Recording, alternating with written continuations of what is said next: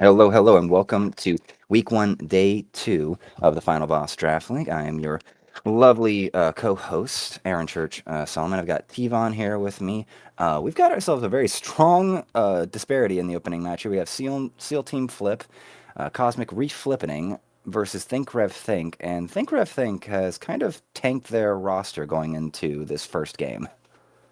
Yeah, it's interesting. We were talking about before that Think Rev think, at least they think that they are very strong going into this season, and how they want to try and win the whole thing, and they feel like they can easily do that. And it seems that SEAL Team Flip also feels that way. That Think Rev think might be one of the stronger contenders, and so they're trying to overpower them with just point value and pure skill in terms of their team and how to draft that team and try to secure at least one, or I'm assuming they're probably going to heavy weigh in with the first two games to just solidify a winning series against them in the 3 block. So for me, a very smart idea, and it seems that they're also going with the gambit of not using any bans to kind of compensate for the amount of points that they are using in the differentials. So, which I think is smart in this meta. Already 3 picks already going through. Some very high priority picks of this Lucian that we keep seeing. We saw it like every game last Yeah. night, and the Ambessa B1 being something, and immediately having that Ambessa be a jungler with Mordekaiser being locked in. Yeah, so top side of the map has already been secured on the side of SEAL Team Flip. The curious thing to actually point out is that they actually have Zimmy over on Think Ref Think for their top laner instead of Castle. I just want to highlight that. Castle's the top rated player in the whole league at a full 50 points. So not seeing them here in game one is a little interesting. And going out the rest, we're getting the mid laners locked in, I would believe, with the Talia locked in for STF and then the Galio locked in for Rev. So still progressing, and now we are going to see some second round bans from STF. They're getting rid of the damn it, new character names really fuck me up. Mel, that's Mel. That's Mel, yeah. Yeah.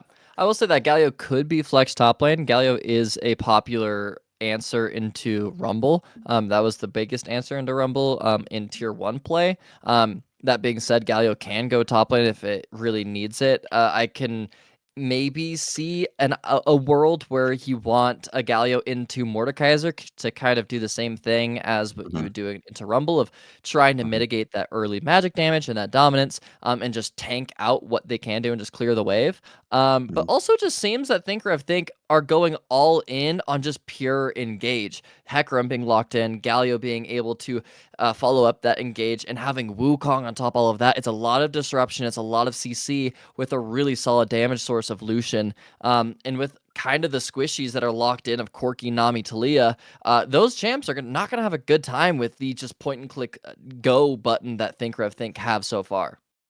Yeah, there's actually an incredibly short range brawliness that's coming out of Think Rev Think's comp between the Wukong engage, the Galio follow up, the Hecarim engage, Nautilus engage. There's plenty of point and click opportunities to really start the fights that they want, but this comp does not scale very well into the late game at all. The Lucian does not put out damage like that.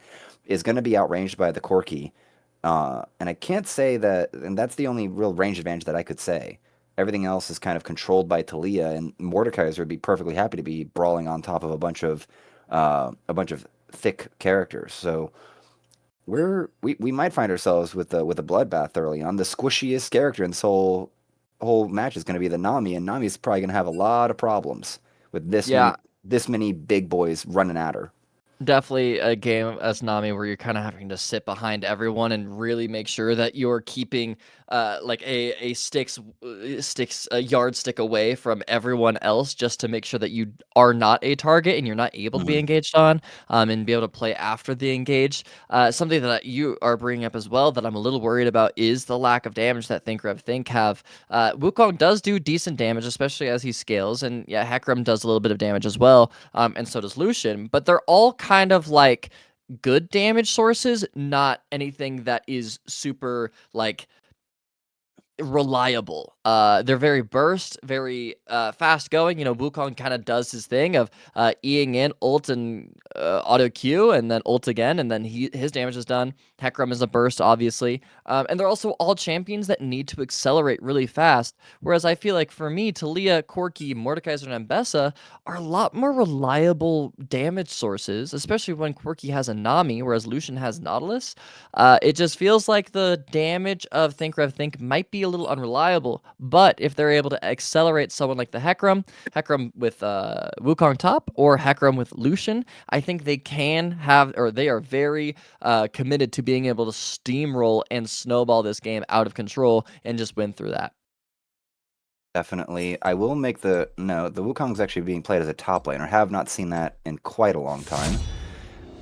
But I think we're going to get on in. I want to keep my eye on Zimmy. Zimmy's an unknown, even by his own captain. So I believe from here, we will see you on the Rift.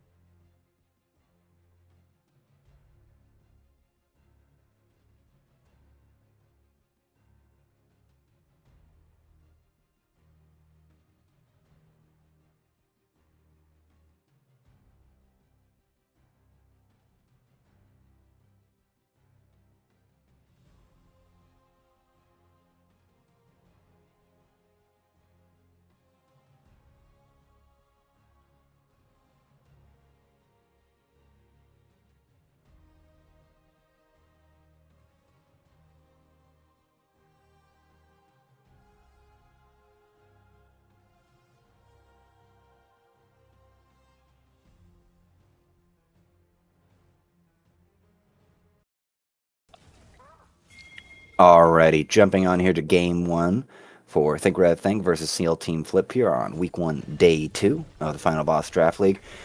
Giving a little chatter here with T-Von while we were waiting for everything to load. It may very well be the most important part of this map would be the bot lane, considering we'd expect the mid lane, little pause right now, but we would expect the mid lanes to be more about their side lanes. They're trying to affect side lanes. Jackie on the Hecarim is going to want to just farm up for until 6, and I believe that's similar to how Mbessa plays in the jungle. Yeah, I mean, full clears are very important. I mean, just in jungle as a whole, in terms of meta, just full clearing and then playing for some sort of gank on the timer between clears. Ambessa being, I mean, you know, you don't really have that much gang threat, so it's like, okay, which of our laners have set up to be able to play something? I think you can maybe get a kill early on, as onto Galio actually. If Galio is trading a lot of HP for the wave, which is something like that's kind of how this mid lane matchup goes. Is Galio kind of has to absorb some damage to walk up and Q auto the wave and then E away. The first 3 to 4 levels, it takes a lot more HP to be able to do that. Yeah, you don't really technically have set up bot lane, but you can bait out a trade from Lucian Nautilus, especially if you know you're kind of playing mind games and this isn't the highest level, so you can bait a Nautilus hook, and then from there you can easily punish. But I think top lane there's going to be a lot of brawling.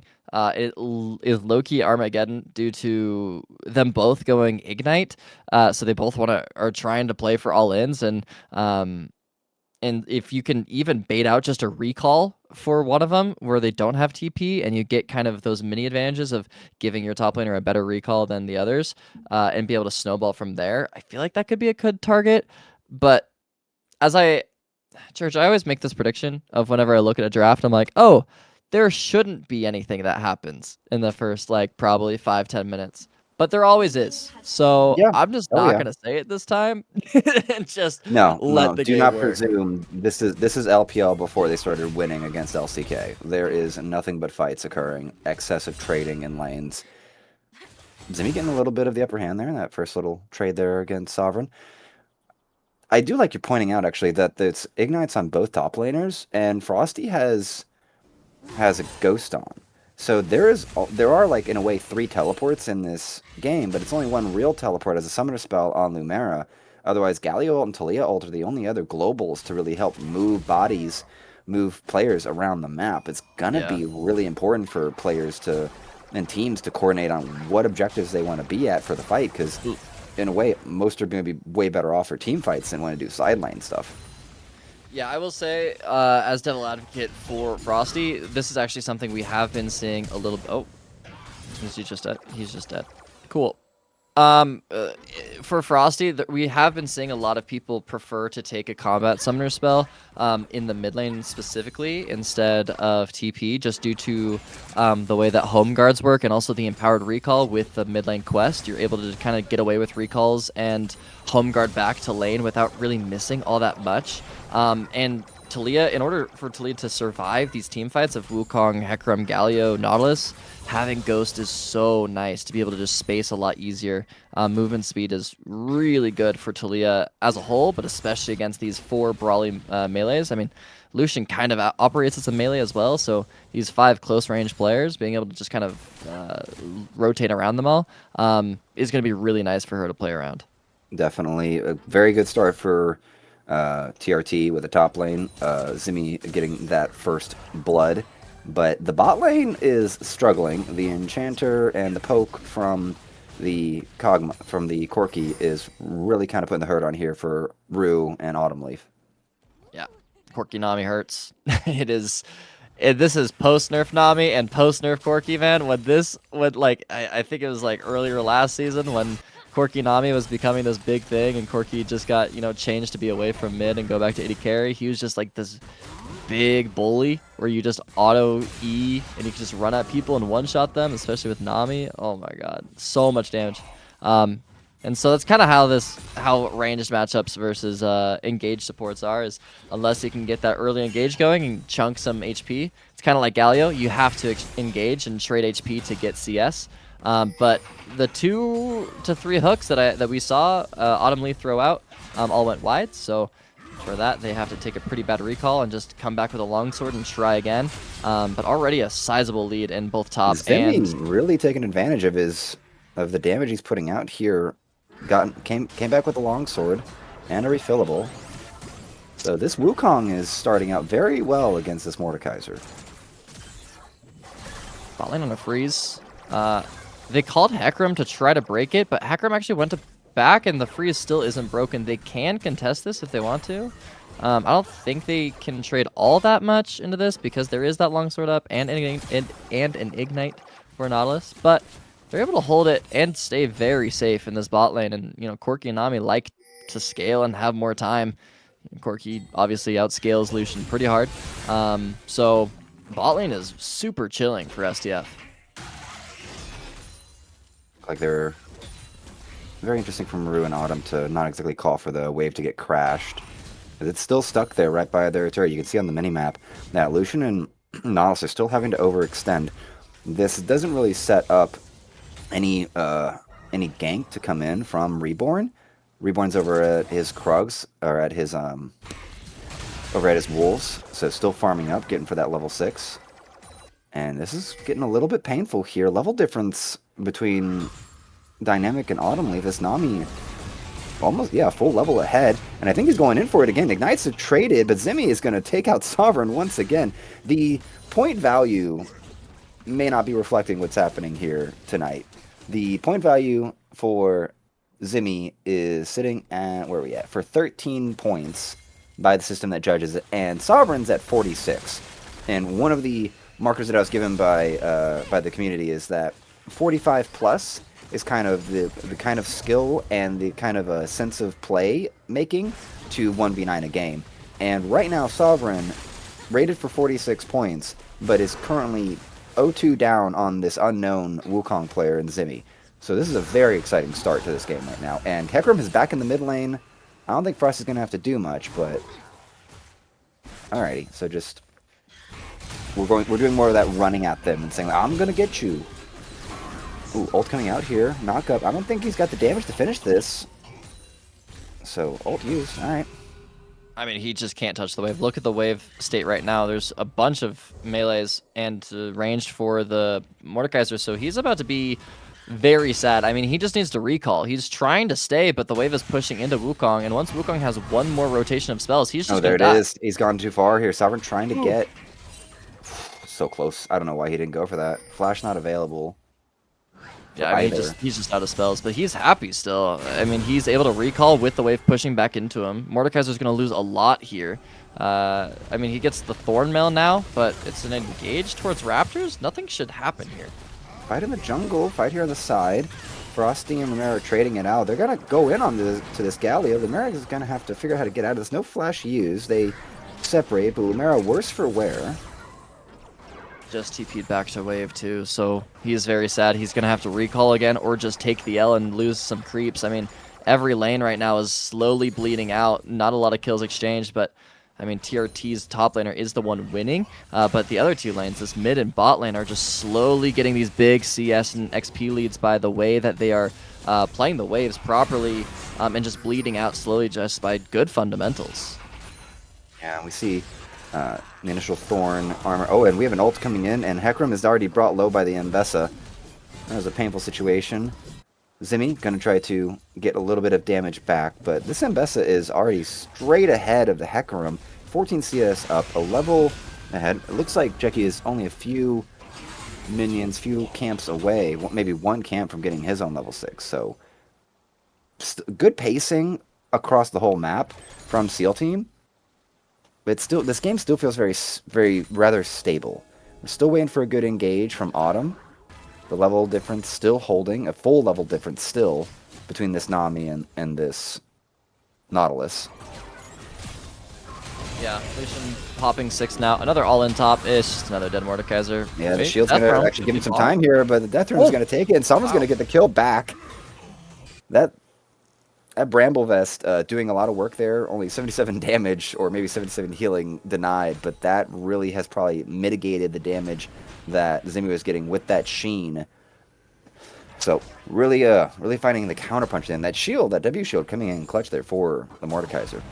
Yeah, I was actually gonna bring up the Bramble Vest first. Recall buy. I mean, I don't think Wukong does all that much healing. I mean, sure, when he gets fully stacked Conqueror, it's really good.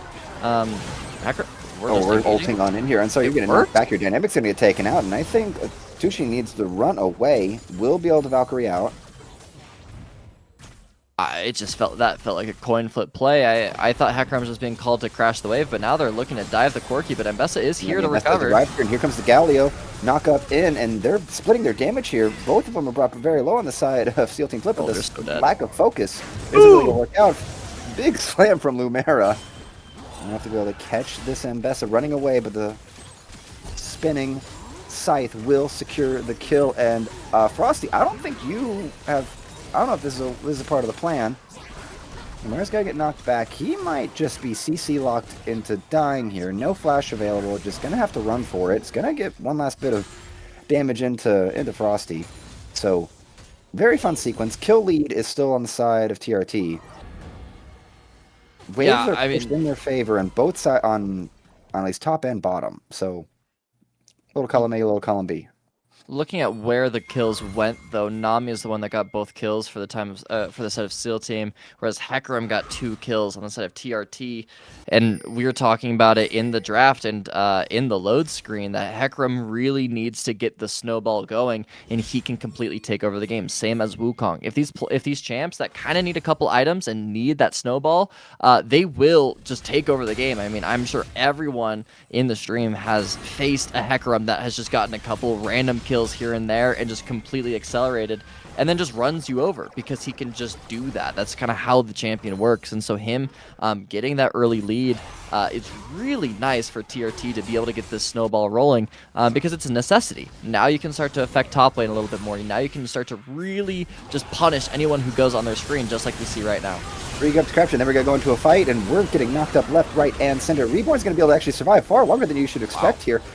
Rue going to be able to get the counterpunch, but that's 2 kills. Mordekaiser is going to take 1, Talia the other, and the rest of TRT is going to get ran over here. Rue running for his life. Talia's going to fly in on her wall. Flash used, but I don't know if he's going to be able to dodge the rest. Triple kill for Frosty in what is the biggest flip fight of this match so far. No ult available for Lumera to join that fight, and teleport still on cooldown. It was a good play to at least get the grubs, but then they just overextended, went for a fight, and they just did not kill Reborn fast enough. Yeah, 4v4 contest from Steel Team did get them the fight after, but it was just a little too late for the grubs contest formal. But TRT a little too early to be able to fight. I mean, they have a lead and they're accelerated, but Trinity Force still isn't finished for Wukong. The first item for Hecarim isn't finished either. No one has a completed item, whereas out of base, Reborn had a Hubris ready to go. And Corki Nami damage. I mean, Nami had Imperial Mandate from those 2 kills, so just not a great timing for a fight for TRT. They still need to slow down, and also Mordekaiser ult just completely shutting down Hecarim to use his spells on anyone in the backline and disrupt the fight the way that he wants to. So we're kind of seeing a little glimpse of how those team fights are going to be looking later on in the game. Again, TRT just needs to calm it down and wait for these spikes to happen. Then you can look for a fight like that. Definitely.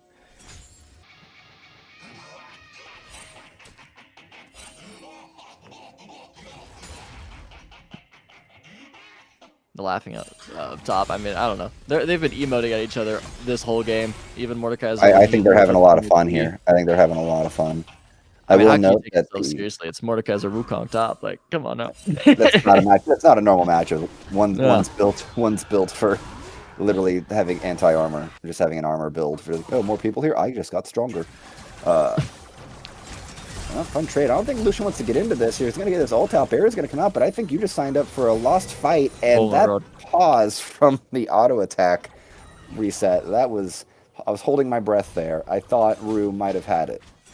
Yeah, the auto onto the minion scared me a little bit. But yeah, I mean, you can't underestimate Corki, man. That's the Corkster. He will just run you down. It's kind of like Smolder, where people are like, oh, I can 1v1 this guy. He's not that strong early game. And then he W's on top of you and you die. And you're like, oh, I guess I can't 1v1. And again, Lucian is also not that same Lucian that we saw during Lucian Nami meta a year or two ago. Versus, you'd always see Zeri Yumi versus Lucian Nami. He can't just one-pop you with one item. He's actually kind of a 2 to 3 item champ nowadays. And especially when you don't have anyone to proc your passive, you're kind of just homeless in a 1v1 like that. Especially into such a big wave that Telucified had. Like, it's just easy pickings. Oh, Now he gets W on top. Like, what? Oh, he's dead. Yeah. One more attack. This bot lane is falling apart. Galio has arrived here, but he's going to get knocked up before his charge can even come into knock up. Hecarim has arrived as well. They're going to be able to at least get a knock up onto the Mbessa. The Mbessa is going to get shut down by the Hecarim. Hecarim's still trying to run to make this happen, but he has gone low. Wow. Counter kill occurs. Frosty has arrived as well. Flash away from the Galio and hook away from the Nautilus. Oh, the knockback flashes through the turret. It's going to be able to survive. Ximius has arrived healthier, but the swap of damage this is not what we were looking for. He's going to be able to get away, but the Mordekaiser has now asserted dominance, has taken over this top lane. I think everything's falling apart. STF in charge, 6k gold lead pretty much. And I think we are seeing the beginning of the end a little bit here, Devon. Yeah, the snowball's already collapsed, and it kind of collapsed on Void Grubs. STF, though, I do want to really commend them for matching every single play that TRT is trying to do. The wards that Dynamic has been putting down on the map, as well as just the little bits of scouting that the Talia and Frosty has been doing in terms of the jungle camps, have been really smart. It's a little subtle thing, but he always is checking Raptors. He's always trying to just stay in river to watch wherever anyone like Jekyll or Lumera are going, because once they press E and start to engage, they just have to go in, and so immediately matching it is so well played. And top lane, speaking of well played, I mean, Sovereign with a comeback of a century. Yeah, Sovereign with a big comeback. Tip End's going to catch Rue. He's going to dash away, but he's going to be blown up too quick. Nautilus is here, but just as a complimentary prize, a bonus prize, if you will, for Reborn. And just, I gotta figure out what that one's name is. Tuflaslide. Tufleside? That's Scoob. Fantastic. Of course, Scoob. Meanwhile, top lane. I mean, that's O'Reilly's Mordekaiser that's just beating up everyone. Also, to note, Church, something that I really liked about the teams yesterday, or one of the teams specifically, was the amount of dragon pressure and priority that they had. It's now almost 16 minutes, and we're just now taking the first dragon. It's kind of an interesting situation where it feels like STF were far more prepared for the counter punches, so they were not making their own plays to get to dragon. And TRT, they did what they did for at least getting the 3 grubs, but everything else has fallen apart since then. So it seems like neither team has really prioritized the objectives, because really the kills are kind of what's been on the menu. And Frosty's ready to eat. This tier 2 is going down. Yeah, 10k gold lead nearly on the side of STF at 16 minutes. Lucian nearly dying. Good flash for the Talia to get out, but this is just dominance purely. Corki feels unstoppable, and he hasn't even hit second item. Talia is able to just kind of Weaver's Wall onto anyone, and someone will die. They're using defensive Galio ults now. In top lane, who kills this Mordekaiser? He is level 14. Autumn Leaf is 6 levels down on the Mordekaiser top lane. They probably need 3 people to kill him, and he needs to not have the Death Realm, and even then, I don't even know if they kill him. No, this Mordekaiser is clearly impossible to kill right now.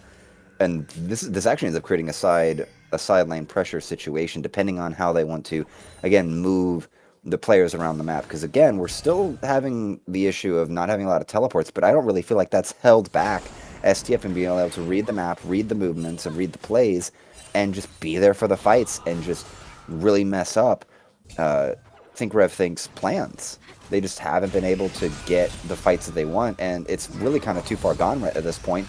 Galio face tanking the Mordekaiser, not much else to be done there. Yeah, I mean, I'm trying to think about what are the opportunities and windows that TRT can try to look for and able to get themselves back into the game. And to be honest, it's kind of looking at Hecarim's second item, Wukong's second item, and Lucian's second item, and trying to overload a side, specifically a side that Talia's on. However, and these are the higher point value players, so I'm going to give them a little bit more of a respect in terms of the way that they're looking at the map. Frosty is doing a really good job of making sure that he's never in a position to die. They're allowing Sovereign to push up and show people, and then whenever he's crashing at the opposite side, it's purely on like having full knowledge of what the map is. Now they get Rift Herald, and they're going to try and cross map onto Sovereign, but again, Death Romp's here. Death Romp's here. Heckram's been put into. He's trying to get to the far end, trying to bait this Mordekaiser into a bunch of his friends. The horse is going to die, and now the full knockup. But there's no damage here. Galio's not damaged. Nautilus is not damaged, and the Heckram's already dead. This is not what you want, and I don't think Mordekaiser cares about this turret. Knock up from Frosty to lob the Nautilus into his clutches, and the mid lane turret's going out. They are sieging two sides of the map. 4 are dead, just Zimmy all alone with the world to stop, with the whole might of this 5-1-1 Corki back to pushing to end? They have a Herald crash, and they still have Ambessa ult. I mean, okay, they get a tower, but that tower does respawn later. Heckram has arrived. I feel like they should have driven the Herald and gotten, like, bot tower. I don't think there's a fight here, but I mean, total map domination here for the side of STF. They get bot tier 2, top tier 2, and the middle inhibitor. So now, like, all they have to do is wait for this 20-minute Baron, make a play on that Baron, just take it immediately and look for a fight immediately after. That is the one window maybe TRT have, is a coin flip fight and somehow getting a steal and getting a couple kills on the way out as well with the magic resist and armor shred that Baron does. But if that doesn't happen, they're just going to take Baron and they're just going to run you down. Mordekaiser just goes where he pleases right now, currently chasing down Autumn. And Bessa has arrived to help finish this off. Your jungle's not safe. You can't go in anymore. I don't care if you have a scanner. I don't care if you have wards. And Corki just face-taking the situation, unconcerned. Gonna miss the flash. Oh! Galio's gonna lose their chance to fly away. I don't think... I think they're gonna walk in and finish now. They can. It's just Lucian and Wukong. Wukong has no flash, but has ult to disrupt a little bit. But they just kind of have to play the fight. If they can kill Wukong or Lucian, they could just contest this. I mean, they have Weaver's wall still up for Talia as well. I think they can just end. Yeah, Mordekaiser just offering himself up as a tribute to distract while the Nexus is exposed. There's not much else that TRT can do. He's gone golden just to buy even more time. This Mordekaiser just tanking so much. I think we have our game here. First match in this 3-block. SEAL Team Flip have in fact flipped TRT on their ass, and this game is over. Now, Church, you may be wondering, wow, that's a really fast game. I wonder what the fastest game is. Would you believe me if I said the fastest one game in Tier 1 history was 4 minutes faster than that? Still crazy to think about. I just never understand it. But a crazy sweep, but expected sweep, Church, because I mean, the point value and oh my god, that damage graph.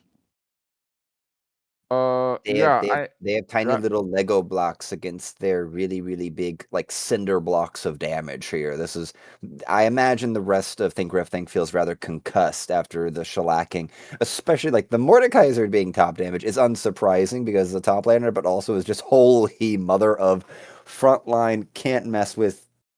He only died, I think, twice.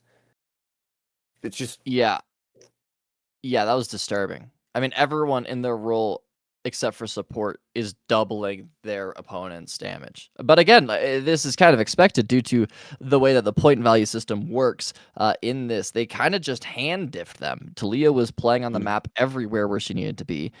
You can kind of just tell that the fundamental understanding of the way that the map and game works, SEAL Team Flip just had a higher understanding of the way to play around each other, around their wave states. Like, there is such little fundamental things that all three lanes were able to do to be able to give themselves these leads that then snowballed, and they made the right plays at the right time that then just created a devastating burning of the field that is Think Rev Think's side of the map.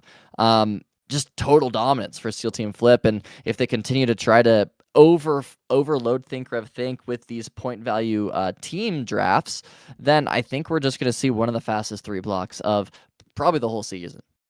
Yeah, and this is again, Castle's not being put into the top lane. Zimmy, the unknown, as well as Lumera from mid, the two unknowns. I can't say that the Galio play from Lumera was bad, but the sucker punch from Zimmy that got the first blood over onto Mordekaiser and is really setting up a really good snowball up there just fell apart once the armor item came in. The scaling of Mordekaiser and the understanding of that matchup just seemed to fall apart after level 6 or 7 for Zimmy there. So unfortunate start to the series. We're going to go ahead and take a break, but we'll see you back for draft for game 2.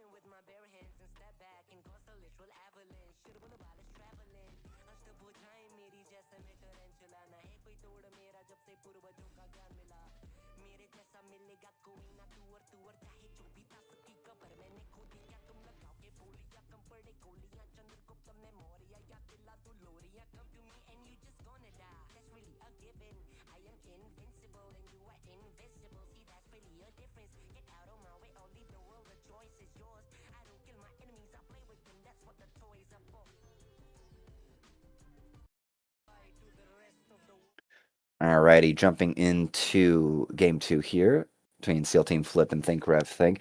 The point values have equalized a little bit here, Tivon.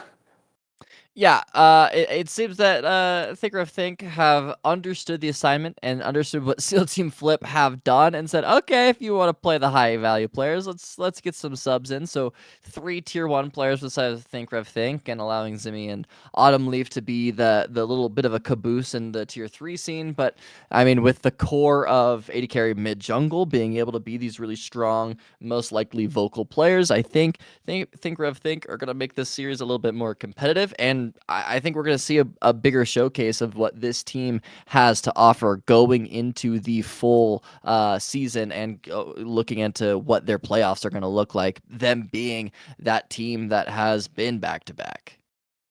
Yeah, I'm almost wondering if Jackie was just actually rotating in several of his players just to give them stage time, just to see how they feel, how they work with it. Zimmy getting another round of it, Autumn as well getting another round of it. Actually, Autumn is a returning player, my mistake there. But we have at least a rotation on SEAL Team Flip side, as well as Think Rev Think for 3 in, 3 out. Black Venom in for Sovereign, Frosty still in mid lane, Reborn still in jungle, Hashem in for, wait a minute, SEAL Team for Scoob, and Bugsplat in for Dynamic. We've already kind of flown through the bands here. I'm going to finish off. Think Rev Think. Zimmy still top lane. Riddy traded in for Jackie. So captain's on the sidelines. Mark Boots in for Lumera. Bubster in for Rue. And Autumn has stuck around as the support. I would expect, at least for at least a shot caller who's going to help be running around this team, for Autumn to probably be the shot caller, but we'll see how it all plays out. Bans are different, actually. Zimmy's Wukong has been taken away, so he's not gonna be able to get that. Kindred and damn it. Kindred and what taken Viego, thank you. I had the V. Kindred and Viegos banned out by STF, with Lucian and Bessa and Fiddlesticks banned on the side of Think Rev Think, denying Reborn those options. So we're seeing a development, at least in the draft, for the strong suits that were provided and showing a lot of promise. Probably trying to make sure that Zimmy doesn't get any more advantages, really putting the pressure on them. Braum on the first rotation feels kind of interesting on the side of STF, with the Karma and the Smolder being locked in by Think Rev Think on their rotation. Yeah, I'm glad you said interesting. I was about to say I hate it. Braum is not a first pick champion ever. I was looking at Autumn Leaf's match history because of this Braum first pick of like, is Autumn Leaf just an just do they just not play any sort of enchanter? Is it only engage? And I mean, it does seem like they play a lot of things like Nautilus and Rel, but also, you can, like, you can't first pick Braum because you can just play an enchanter and now it's a free lane, and allowing Smolder to be locked in as well, because Braum, you can't be aggressive. Your engage is a QR, and even then it's like so easily dodgeable or just walk awayable. He doesn't apply pressure. He's just very good as a counter pick. I like the Jinx match of the scaling of Smolder, but Smolder is just kind of going to be untouched unless they have a really proactive and aggressive jungler on the side of Seal Team. This Smolder scaling is going to be terrifying for STF to have to deal with. Yeah, and the Garen coming in for the top lane. It's going to give Zimmy counter pick. I wonder if they're going to want to match because bot lane and the top lane secure. I wonder if Zimmy's got anything in their pocket. Tier 3, the Mundo maybe to match up against the Garen. It could be flexed. Really could take it in the jungle. But right now, that's at least how things are looking. We're going to start flowing into the second round of bans. The scaling in this game right now looks kind of bonkers between the two teams. Yeah, so that's what I'm looking at in draft right now is which mid jungle, or I guess mid top for Think Rev Think if Mundo doesn't end up going top, which of those two are going to bridge harder and accelerate the game better? Because it's okay in your first rotation to only pick scaling. It's decently common, especially when Azir was the thing. Pick a scaling AD carry, pick Azir with whatever support you want to play with your scaling hyper carry AD carry or whatever. And then now it's like, okay, what is our jungle and mid? You need to have something to bridge these champions to their late game possibilities. So I'm looking at champions like Pantheon, Xin Vi, these champs that can get active early on and can still be useful later in the game. I mean, specifically Pantheon. I don't know what it is about Final Boss. But no one likes that champion, but everyone else loves it. I think the champ should be first picked in some of these games because of the way that he can just take over the map. He has a global. He's very proficient. I mean, I'll get off my soapbox about that. So that's what I'm looking at in these 4-5s is which team bridges better, and that bridge will lead them to more success. Because I think the scaling is decently even for both sides. Yeah, I think so as well. Bans coming in have been concluded. I'm enjoying as I get into this skill set, realizing I recognize everything that I see, but my mouth can't pronounce the words. So round of bans on the bot side, Jarvan, and the second newest champion in the game. There he is, Zaheen, and then Talia and Syndra banned on the side of Think Rev Think. And we're still waiting for the first round of we're still waiting for what would that be? Bluth 4, B4 to get select. Oh, R4. There it is. That's the rotation. So Xin confirms, this actually confirms that the Mundo is going topside into the Garen, and Xin will be in the jungle, really taking that spearmint into his hands. I love that Zinzao pick. I love Zinzao. That champ is so good. He gives you so much space. Your AD carry loves playing with Zinzao. Most mid laners love playing with Zinzao. Zinzao loves playing with Karma. He kind of just slots into every comp. He's a great bridge. He can get active early on, or he's okay to just power farm. Very few. I mean, he's just kind of an evergreen champion to pick. Speaking of the opposite of evergreen is Volibear being locked in, I'm assuming, for jungle, unless, this Garen goes mid and Volibear ends up going top, which is possible, I guess. But Volibear, he can kind of hyperscale. He's one of those weird champs where he kind of likes to play that weird hybrid, like it used to be like Cosmic Drive with Navori Quick Blade Flicker Blades, but now like Dusk Dawn exists, and so he likes to play Dusk Dawn. But he's very much just I'm gonna run at you and hope that I can get in range to stun you and then skill check you. Which now with Victor being locked in, that is literally their only engage is like a flash Volibear stun. And Xin Zhao can kind of ult him away, or Mundo can just kind of click you. I mean, Volibear will eat up Mundo in a long trade, but when Smolder, Xin Zhao, and Mundo are hitting you, and there's a Karma behind all of those, like the front line of STF don't really oh my god, we're going super scaling on red side with the Azir lock in. Church, I think red side just won the draft on their 4-5. I think on That's a this great 4-5. I'm with you on the scaling, but also the peel that is going to be had with this Azir in the mid lane.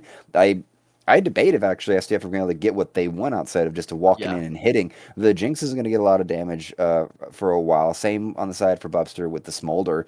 But the Azir having just his ult to push back the running at them for the Garen and the Volibear, SDF are just going to have some good vision control and flanks. And we see it quite a lot in this tournament so far. Just a lot of skirmishing around objectives around the grubs, around Herald, around Dragon.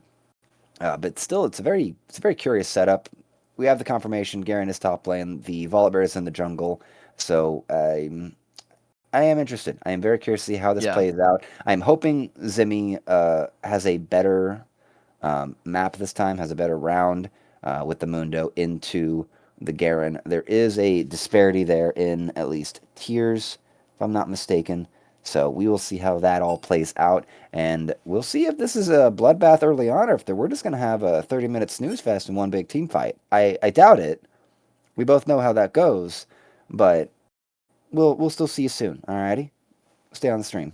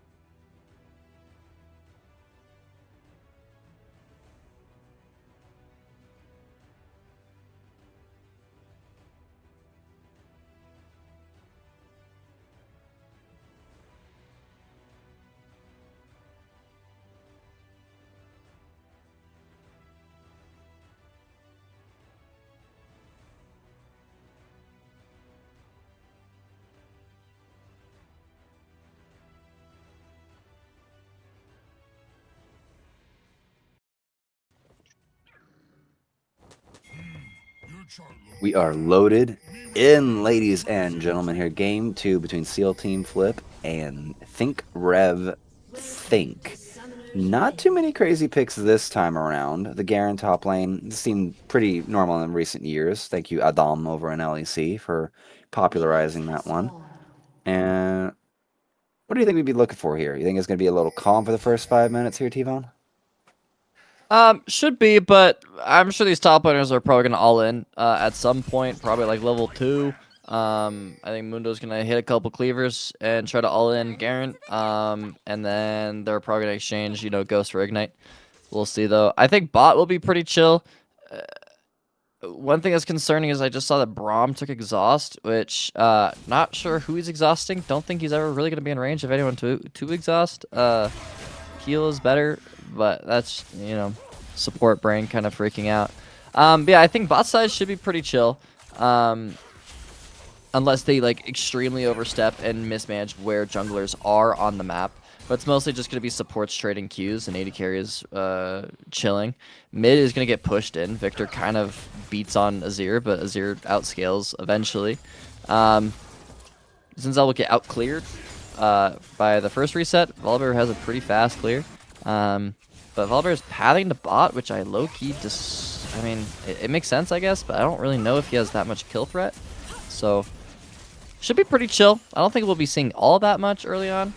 Probably more just objective fights of like looking for dragon and looking for grubs, things like that. Yeah, at this point it looks like the at least push advantage. Everyone's kind of ticked over to level 2 and even level 3 for Reborn on the Volibear. So not even taking too much advantage of those level 2 spikes.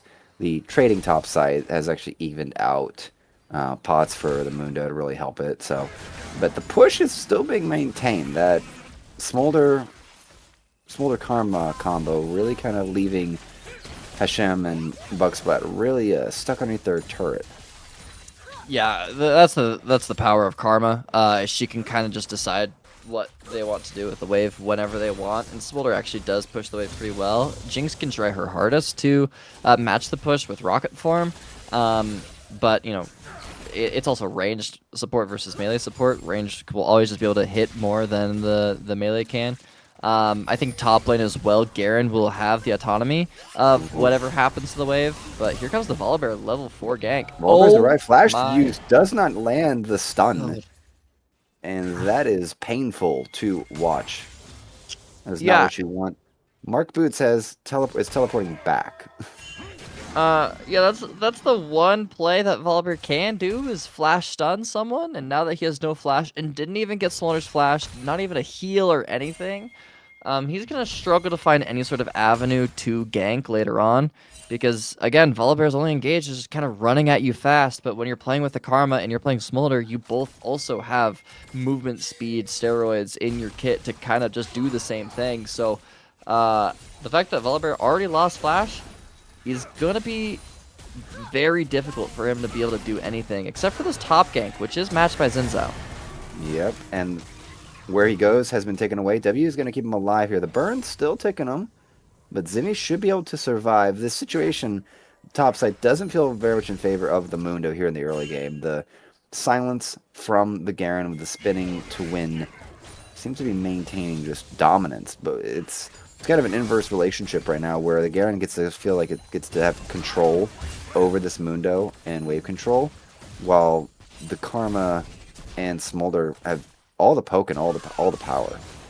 I don't know when Hashem and them are going to be able to even get the wave across the line of scrimmage here. They're going to have to really brute force it and use a lot of HP to do that, but they're kind of just in the hands of whatever Smolder and Karma want to do with their wave. I think Mundo now with the double Ruby Crystal Ruby Crystal will be able to survive a little bit more. Mundo early levels is decently, not great at sustaining, but as he develops more levels and gets more HP under his belt, he'll be able to survive the Garen a wee bit more. I think the only point that STF can kind of play around at this moment really is just the mid push that Victor does have, and able to push Azir out whenever he wants to, and he can rotate whenever he wants to. It's kind of just how the lane works, but there's not really anywhere for Victor to go.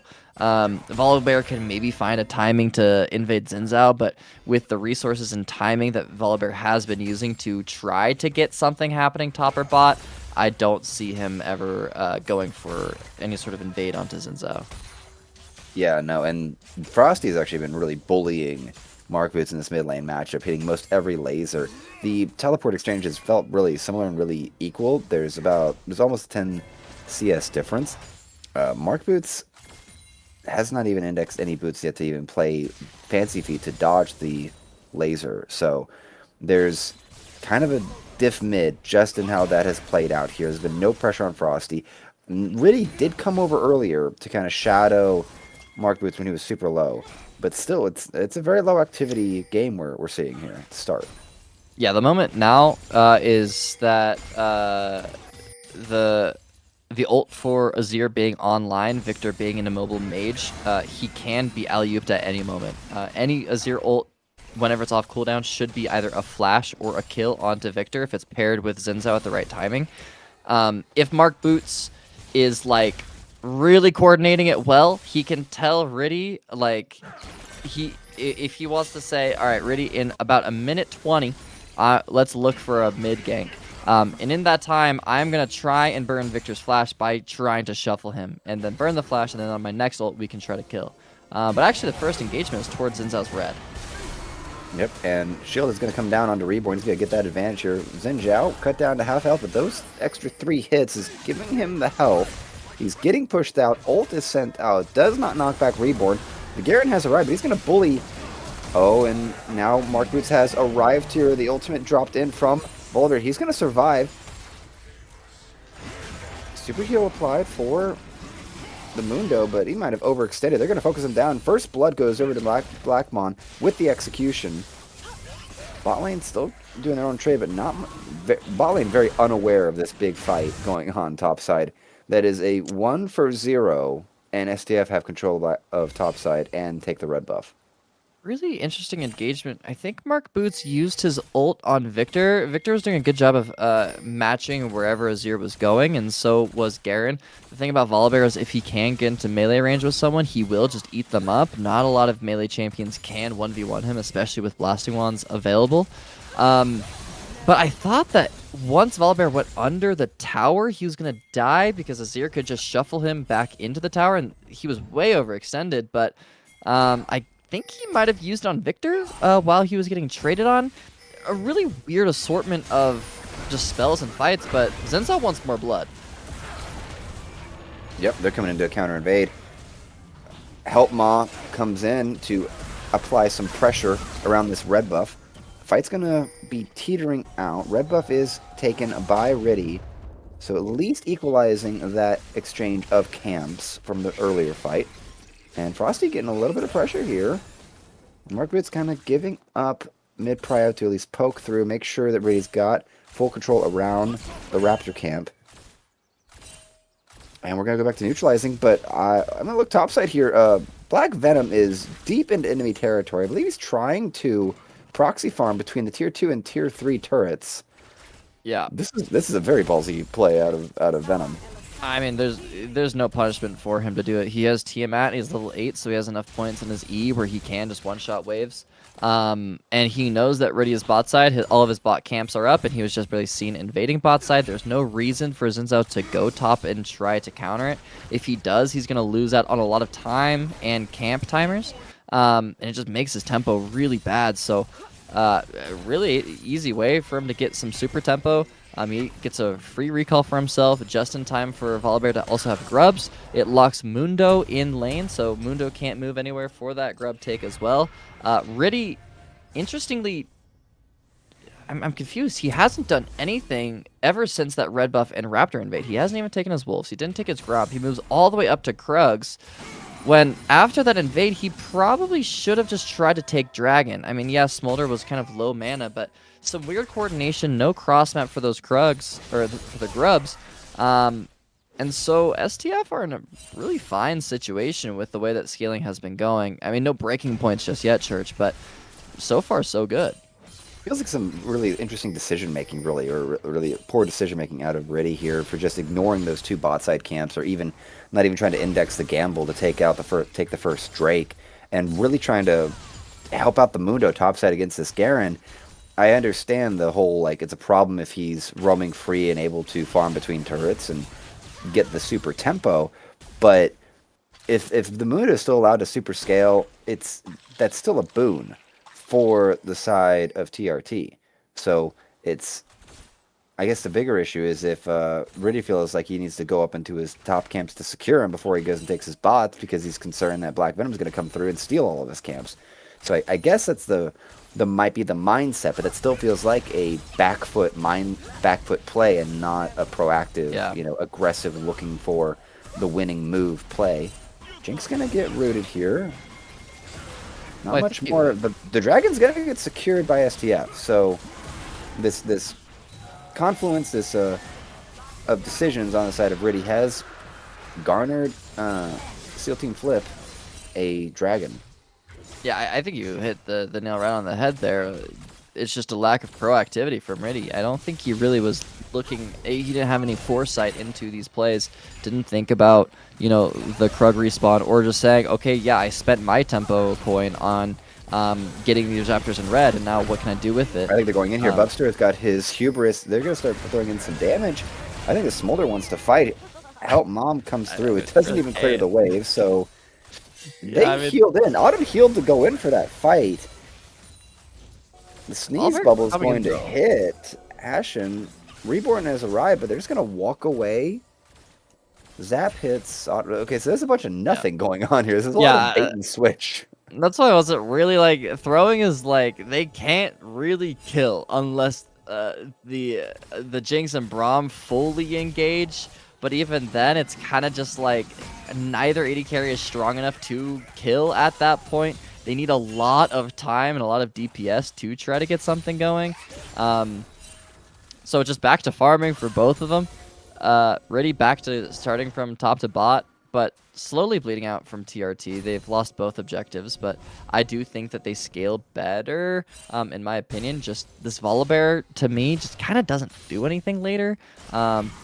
But he is accelerating the game decently well. I'm very impressed with what he has done. A lot of proactivity and communicating with what he can do on the map from his mid and top push. But there's only so much you really can do. I'm really interested to see when does Riddy start to be proactive. He literally hasn't really looked at a lane at all. Azir hasn't used his ult aggressively, which is an angle or a timer that they could be abusing on Victor. Try to burn his flash before this dragon comes up. Now is kind of that time to do it. If you used the ult now on Azir, you'll have the ult back up by the next dragon, which is in 2.5 minutes, but Victor won't have flash back up. It's those mini timers that you want to go for to set yourself up for the next objective, but I don't even know if they're thinking that far ahead. So who knows? It's unlikely, considering this is the second game for all teams in the league. So coordination's probably not 100% just yet for STF, let alone for TRT. What I was more thinking about is that what I actually wanted to point out, we're at 13.5 minutes in. I don't think we're going to have a whole bunch of other kills by the time we hit 15. This is the only opportunity right now where the Mundo is getting abused by the Garen, because that Garen ultimate is actually a super problem for Mundo. It does not care about stats, does not care about actual health numbers. Mundo might want to pop his ultimate. Ghost is out. The CC is going to get eaten up by the Go Everywhere little block, so he is going to vacate his tier 1 top side, and we'll kind of need to look for a counterplay here. Xin Zhao is only now making his way into the bot side jungle. They're going to try to get some action onto Frosty, but bot lane looks to be into a bigger problem. Help Mom comes in, but those Chompers caught Karma, and I think Autumn has overreached. Kill goes over to Jinx. She's going to get excited. Garen has teleported down. Zap's going to miss, but the Smolder will be smote. And now we have another fight mid lane. The Victor will be taken, swept, destroyed. Mark Boots on the board, getting some revenge. But this Xin Zhao, I think Riddy wants a little bit extra. Reborn will be skewered. And Super Mega Death Rock comes in, gets face tanked.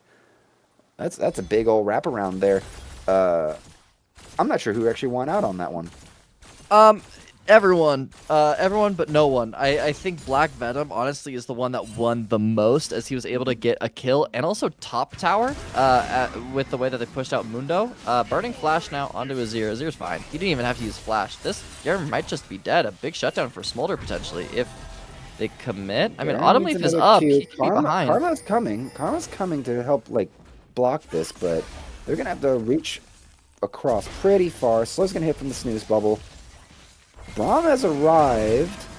This is getting... No way, yeah, man. He's getting out. Garen is getting out. This is a lot of wasted time. This is a lot of wasted farming. Braum's I guess Zen Zhao's going to get something or give it over to Bubster. So Bug Splat is his namesake right now. Pretty sure that Garen should die there, but Autumn Leaf was greeting a little bit and stopped hitting to make sure that Bubster does get the kill on Garen. I think Bubster also started to reduce a little bit of his DPS in order to secure more stacks for that 225. But that eventually led Garen to be able to get out because Braum was there just in time. They did secure the Braum kill, which is nice, and that does secure Dragon for themselves. But on the meantime, because it took so long, like you said, Reborn is able to get Rift Herald, and Garen is right back up with the top lane quest, TP, right into the face of Smolder so that they can't get any towers, and Victor is fully pushing down this top tier 2 and might get a kill on Mundo. Mundo has to pop the ult to actually get out and get away from that. So that's super scary. This Mundo, I've built Heartsteel a lot. Playing ARAM, loving Cho'Gath. I'm one of those kinds of people. But 3 Giants belts, Stevon? Yeah. Feels a little sus. I as much as like Heartsteel is kind of a coveted item on Mundo, I was about to say I don't really think that he should go Heartsteel, because the thing about Tier T's melee champs of Xin Zhao and Mundo is they actually aren't really hitting people that much, or they shouldn't be, because if they are in melee range of Garen and Volibear, they are going to lose, especially with Braum also adding stacks. The Volibear will eat them alive. It's just kind of how the champ works. He mauls everyone. So Mundo is kind of just a cleaver bot and someone that holds space and will tank cooldowns, but doesn't really want to hit people. He's not DPSing a lot in fights, and I think if you are going to watch these fights, you'll kind of see that. So I think the Giants belts are in order to allow the Warmog's passive to proc, and then they'll start going to other things later, but I don't think Heartsteel stacks will really be a big thing that Mundo is looking for. It's more just trying to get enough stacks to survive Garen and Volibear long enough to not make Jinx excited and allow Smolder and Azir to have more uptime than Jinx and Victor can. Right. Well, and I guess I can appreciate that little window to spot the quick tech to build a Warmogs that actually has its super ability of super healing activated. The problem is that I'm not sure... Okay, Autumn Leaf might be in a little bit of trouble there. A lot of damage sent out by Hashem on this Jinx. And Azir's gotten poked on a lot. Oh, he's dead. Oh, that's so close there. The Nanostorm does not finish it off. But that was close. Garen trying to get some damage onto his turret, but he's going to actually take some shots. Doesn't really get the tag. And Rift Herald's going to be used to bot side. So, my thing, though, I wanted to finish off since last we got through that sequence, was that Warmogs being... It feels like he's focusing on staying alive in the lane, because Warmogs isn't really like a team fight item. It's more of like, I go get poked down, I can regen up, maybe we can reposition on an objective maybe, but it's not an in the team fighting item. So I kind of debate if TRT are setting themselves up to like kind of leave this Mundo on an island and just super scale up, and they just are going to look for skirmishes more, or just believe they're going to outscale SDF as long as they don't lose too much. Right now SDF has like a 2.7k gold lead, so it's not insurmountable. But it's, I don't know, the Warmogs makes me question the overall mindset of Think Rev Think right now as a team and what their goals are as this game progresses. I think it's fine. A giant HP bar makes it more difficult to kill. You know, Jinx doesn't really like fat HP bars. I mean, it'll take her a lot more auto attacks to kill him. So I don't think it's really going to be that big of an issue. And it's kind of semantics of whether or not that's best in slot. I think the biggest thing that we are noticing, though, is TRT's lack of just any presence on the map. They are continuing to not do anything. And yeah, they don't really have a go button per se on their comp, but REV needs to kind of be more active on the map. There's a lot of side lanes just bleeding, and so is mid lane. They're almost at 25 plates to TRT's 5. They haven't been able to push anything in. And the reason that they aren't is because Reborn is overloading sides with these strong solo lanes that Victor and Garen are, especially this Garen. The jungler is finishing camps and then overloading side, which is what we're skipping in terms of REV. REV is just kind of farming camps, recalling, and then waiting, not doing anything, or just responding. TRT haven't found any sort of proactivity to find a play, and it's going to lead to STF. This is like a panic play here right now. REV's going to get jumped on. Help Mom comes on in. Balderbear's going to jump on, but he's going to die here. Bubster with the kill, and Mark Boots gets up with the skin of his teeth, and now the Mundo is here, and he is here for a fight, but he might have oversold what he was able to do. Smolder? A crit across. REV and that's going to be Autumn Leaf going down. Mark Boots has teleported back in, looking for a fight, looking for an opportunity. These lasers from Victor are still tickling. Smolder, I'm not sure if you want to chase them down. The Garen is still top, keeping the pressure going. Quick little fight. And the teleport's going to be used by Frosty to keep this turret, this mid lane turret, alive. I'm not sure if Mark Boots is prepared for this little flank. This may not be a situation that Mark Boots can get himself out of. He is going into enemy territory. Teleport was used to try to push that, to get back into that fight and push that lane, but the Blast Cone is going to give the alley-oop for Frosty to dunk on Mark Boots. Zimmy nowhere near protecting this top lane. Garen taking down the tier 2 and then teleporting here for the fight. Mark Boots is down. They have to jump in now to try to get an advantage, but I don't think REV's good for the fight, and I don't think Zimmy's going to get out of it. The slow in from the Smolder, but I think he's going to get killed by this Garen. Yeah, that presence that you talked about before, TRT aren't able to stay on the map. Well, they're just like randomly doing things on the map. Mark Boots really overextended while the rest of his team is trying to get tempo for this dragon. And the rest, I mean, the team here, we see the 3 core of REV, Mark Boots, and Bubster all ready for that play. Or excuse me, REV, Bubster, and Autumn Leaf all ready for the dragon. They reset, they got their items from that winning fight, and now they're back on map. But Zimmy, kind of in no man's land, has the TP from the quest if he needed to, but he needed to cover top and then match the TP of Garen. But it all fell apart when Mark Boots just greeted for a mid-tier 2 and got TP'd by Frosty. I think he just felt really secure that there was no one left on map to kill him, and obviously that Victor TP, it was well done, but it's also just unnecessary play from Mark Boots, is extending his tempo past what his team is doing. It's little mistakes like that that could easily lose you the game. I mean, a lot of turrets being chipped away from this Garen, who's now 2.5k up on the Mundo. 2 items now. I mean, Smolder's 3 items. This Smolder is huge and kind of the saving grace of TRT's comp. It's just they aren't playing in any proactive way to set themselves up for a successful play, or a play in general. It just seems that they're reacting. Yeah, that's at least with that fight we saw at the Raptor camp. That would look like REV was just kind of scampering around trying to figure out what to do, and Reborn was like, no, we fight now. And then the cascading effect from that has kind of left STF in charge of the rest of the map. It did not take a Baron to really affect where the waves are positioned and who has control of the map. I think we're about to have another round of trouble here. If we get the screen out of the way. Emperor's Divide trying to actually get some space here. Help Mom has arrived here. Bumps are going to try to do the best he can. He's going to be able to execute the Volibear, but he's going to try to face off, and the Jinx is going to get executed. 2 kills for the Smolder, just doing the best he can. He's going to be able to secure it, but I don't know if they're ready for this Garen. Black Venom has arrived, and he's ready to clean up the fight.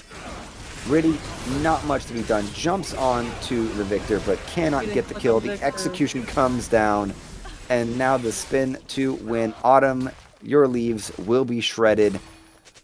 And the best Zimmy can do is get a turret plate on this mid-tier 1. I just realized this now. TRT hasn't taken a turret yet. TRT TRT did get a lot of gold. I mean, that's a 4 for 3 play overall.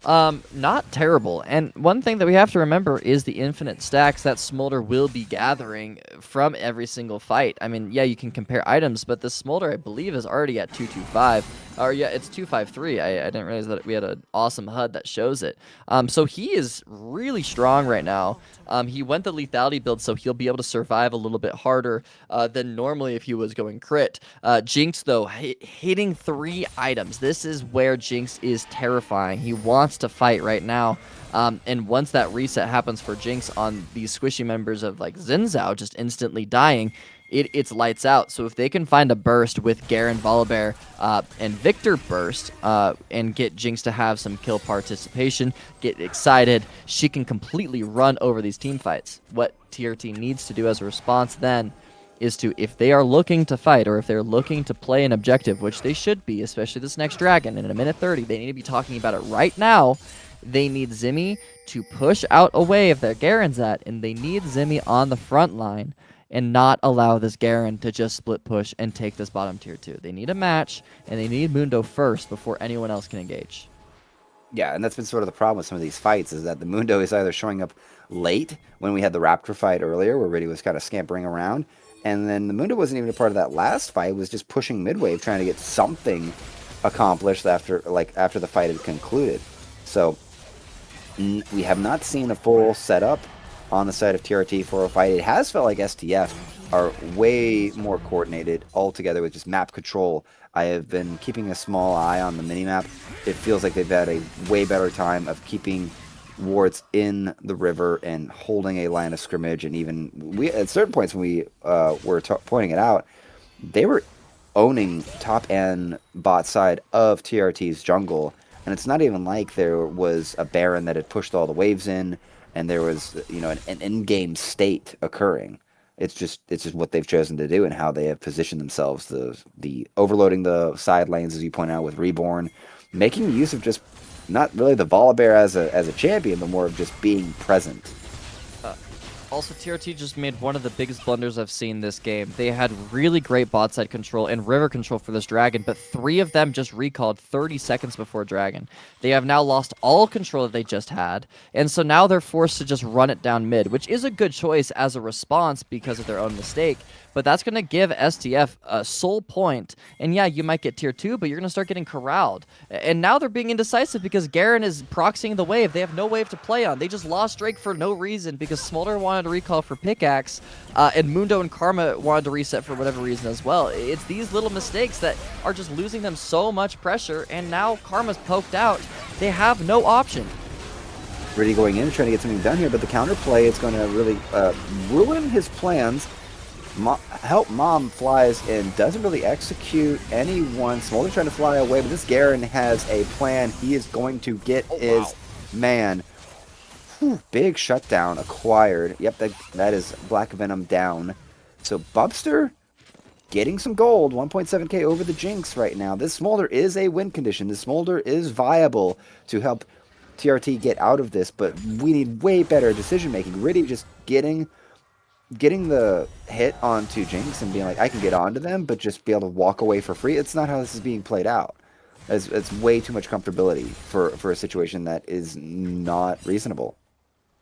They're just not putting themselves in the right scenario. I mean, their sequencing just barely was perfect. I was really impressed, and I want to bring up the fact that, Zimmy was doing a good job. He's not going to die here. Zimmy was doing a good job of matching bot push and also pushing Garen out and securing bot side control and mid side control. But Volibear showing bot allows them to get Baron, I guess. Yep, but they're TPing. This is still scary. This is still scary. Zimmy's got a TP in. He's trying to interrupt. I don't. What? It's going to be secured here, but I think the fight's going to go in their favor. Venom's going to take out Riddy. Jungler's gone. They've got to run for the hills. It might only be the Mundo that keeps his Baron buff, and Mark Boots is going to be caught. Triple kill for the Jinx. The Super Mega Death Rocket sealing the deal. I am not sure what Zimmy thought that he was doing. He had teleport, and there are wards in that area, at least right now, so that was a very confusing sequence of decisions being made. Zimmy, you don't have any CC to stop the teleport, so that was That was very confusing, and it might just be the poor decision making more than anything that costs TRT this second game here. We're looking like we are Yeah, heading it's into a totally. 2-0 fashion. They're going to try to clear out the wave, but they don't matter. They don't need minions to clear this Nexus. STF are going to go 2-0 in this series. I am at a loss of words right now. That it was just mistake after mistake of what should have been a really easy win for Red Side. I mean, they consistently were in a comfortable position, but didn't ever think about what the other team could do. And that's a question that you really need to be asking yourself at all points whenever you're playing either in solo queue or in comp is what can they do? If you're feeling comfortable and face like for blue team's comp, right? For SEAL team or for STF, like you're playing against scaling. So what do you do against scaling? You push the map, you start making plays, you force the enemy team to make mistakes. So as the scaling team, your response should be, okay, how do I prevent that from happening? How do I set myself in a position to maintain safety on the map? And that looks like warding, tracking the jungler, understanding where they could make plays, talking about timers, because this game kind of plays like chess, where you make a move, then it gives them a time to make a move, things like that. But instead, Think just kind of rolled over and died. The couple times Oh that yeah. they did try to make a play were very disjointed and not fully thought through, and just ended up losing them the game, especially on that Baron. This is kind of where I start to question or wonder, think who is sort of their shot caller inside of the team, because I don't actually have any notes on that. I might have missed that in my research.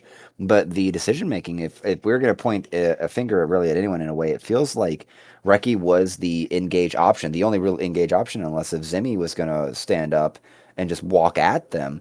There wasn't really anything else kind of coming out of it. And frankly, looking at these damage numbers, Bubstar on the Smolder was doing his job as best he could. The overplays from Riddy, especially around the Jinx on that tier 2, threw any opportunity that Smolder had to have the space to work with it. Zimmy was not really ever synced up with the team. And this Azir almost got their damage eclipsed by their jungler or even their bot laner. 12k on an Azir is kind of not an acceptable number for what is a hyperscaling champion.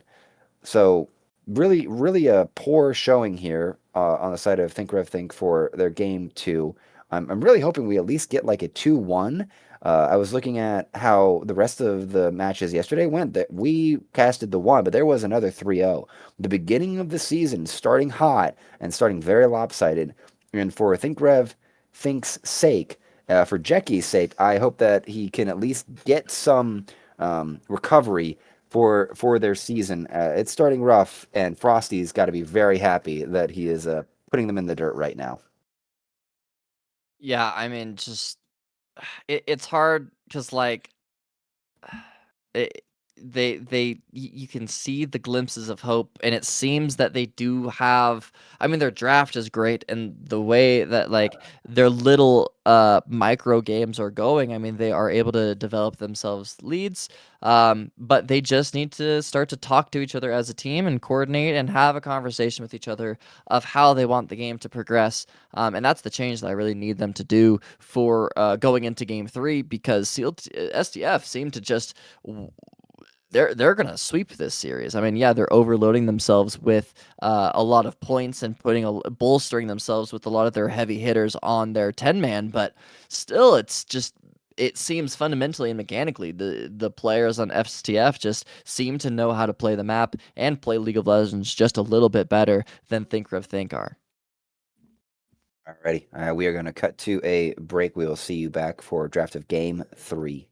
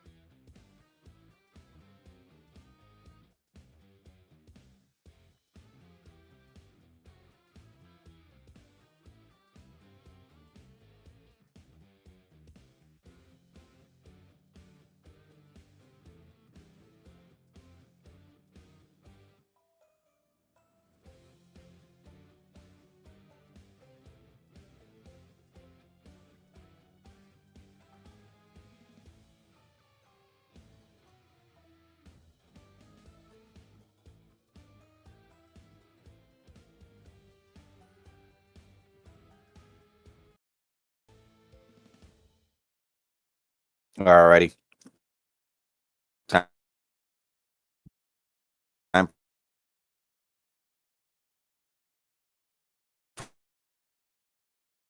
for game 3 to finish out on the side of Think Rev Think.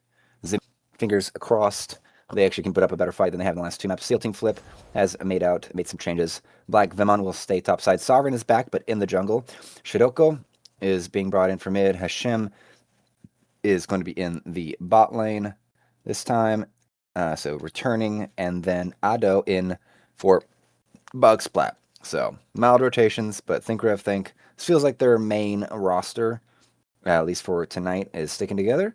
And we already got our bans in. Lee Sin and Besta taken out by Think Rev Think on their side, and Wukong and Kindred. So in a way, a lot of jungle bans to Viego in again as well. So really being denied this Kindred and Viego repeatedly, it would seem.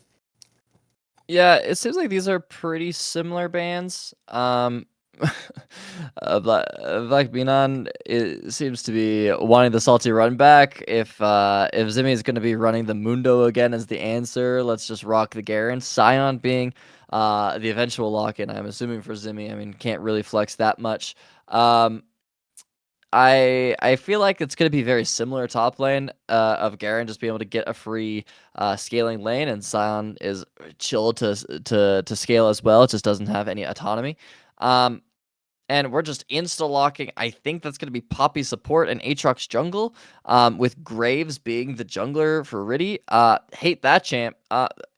They knew what they They want, love and they're Braum. not even thinking about the other champs right now. There's no interplay here. Maybe it's Poppy jungle, and because I can see the dash from Graves being denied by her barrier. But yeah, this is a speed run of a draft so far, and the Braum it once again perseveres. Jinx taken out as the first ban, and the Smolder takeout. So both teams are agreeing we don't want to do the same thing from last game, except for the Garen gets to stick around.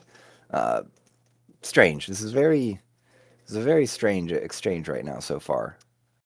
Yeah, to be honest, like this is just a hodgepodge of champions. You can't really break it down. The only thing that you can really think about with Think Rev Think is now like you don't really have engage, and you're kind of the 3 roles that pick engage have all been locked in. You have your jungle, you have your support, and you have your top laner. And so far the only tool of engagement is a smoke screen to slow and a Sion ult. And that's about it. And again, those are really unreliable ways to be able to start a fight. I also just hate this Graves champ. He's very just feast or famine. Like if Riddy is the GOAT, which I mean I did see decent mechanics of his on the Xin Zhao, but the way that he was playing the map last game doesn't give me any sort of confidence that of his Graves. And I don't mean that in any sort of disrespect, but as like you need to accelerate the map as Graves and really get a sizable lead for him to be strong. But it's also just a very selfish jungler, and so you need very selfless laners to be able to play with that selfish jungler.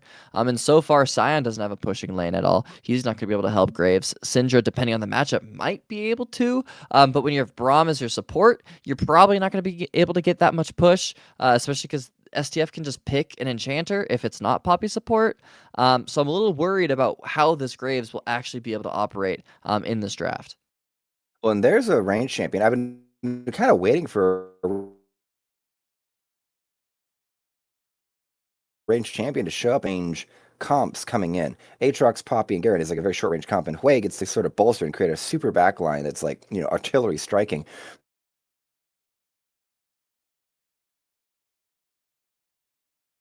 The high value tier 1 player in this league, but really we might meet at some point. But the brain cell usage in that last game just looked really second guessy. Was not his best game, and really felt all over the place with it. The Ashe is the final lock in on the side of STF, and now we get to see what Think Rev Think want to do for Bubster. What's his 80 carry to go into this? Because it's going to be 3 melee versus three melee so far. Meet Wads once again. Yeah, I mean, it should just be a hyper carry, something like Jinx, Aphelios, even a Sivir could be really good. We pick No, Vayne into Ashe no Poppy. way. You're That's laning insane. against Ashe, Poppy, and you're also playing against Garen or playing Vayne. Okay, well, That's he can glide on this vein. I mean, it's possible. It's a little bit difficult. I think that there's other AD carries that can carry as hard as Vayne, and it's going to be easier. But a couple ego picks. Again, when you're playing with no engage as well, this Vayne Shame is going to be really awkward, especially into Hui Ash. Like, you're kind of going to get shut down a decent amount.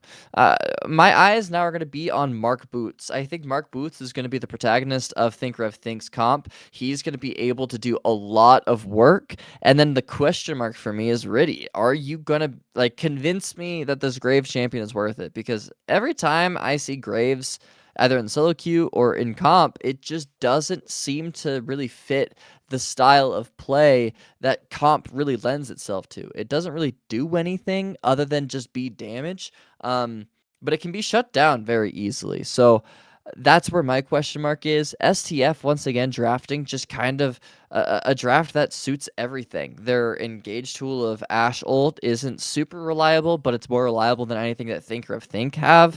They've got a pretty good burst onto whatever target Ash ult hits, especially with Poppy ult or Poppy stun, whatever that gets, allowing Aatrox to be able to get reset with his ult on top of that Garen passive.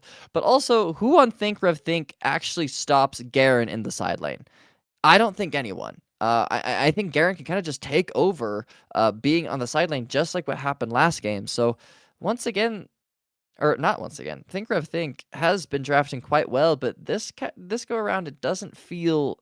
I'm not feeling super confident in the champions that they're bringing to the table. indeed. We'll see what happens here because Zimmy's gonna have to wave clear perpetually to deal with Black Venom Venom.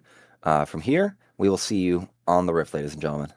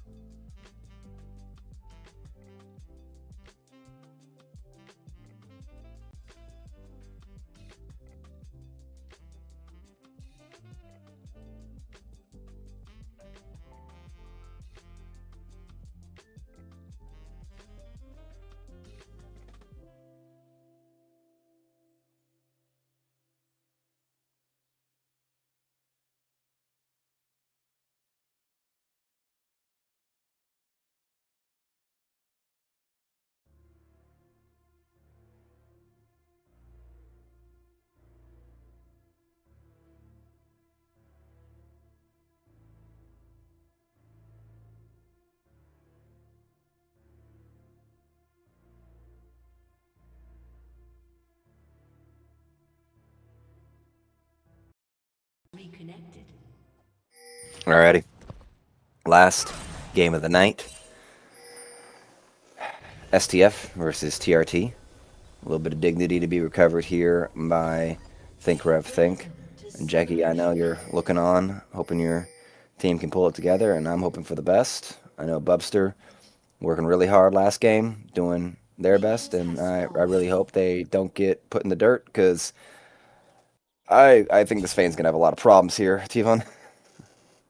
Yeah, I think there's going to be a lot of issues on the side of TRT. I mean, you're going to have a top laner that is unable to really contest lane all that much. I mean, he is a little bit more wave clear than Mundo does, which is nice, but I think Garen can kind of just run circles around the Scion.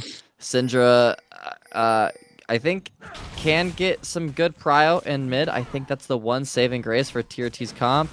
But the Ashe Vayne matchup, I mean, if the Ashe is good, which we have been seeing, Shem is quite prevalent in these longer range AD carries, should be able to punish this Vayne quite well, especially when it's Braum next to him. So and then it's Graves, who could be really proactive and could get a lead going on, but is very feast or famine. Especially with the lack of proactivity he did for his team. He was decently proactive for his own camps and making sure that he secures all of his camps, but in terms of like playing with his team and allowing his team to be able to play properly and be able to get any sort of resources or objectives, he was pretty AFK in that department. So I'm curious to see where TRT try to push their own advantage, but I think STF have a very easy pathway to the enemy nexus this game.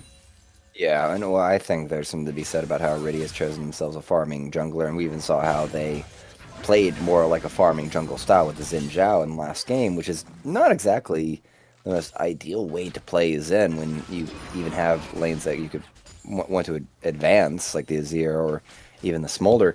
So I would expect that REV would want to, shadow this bot lane and give Bubster some space to get farm, get scaled up, be able to get, their items to be the hyper carry, to be the big damage dealer.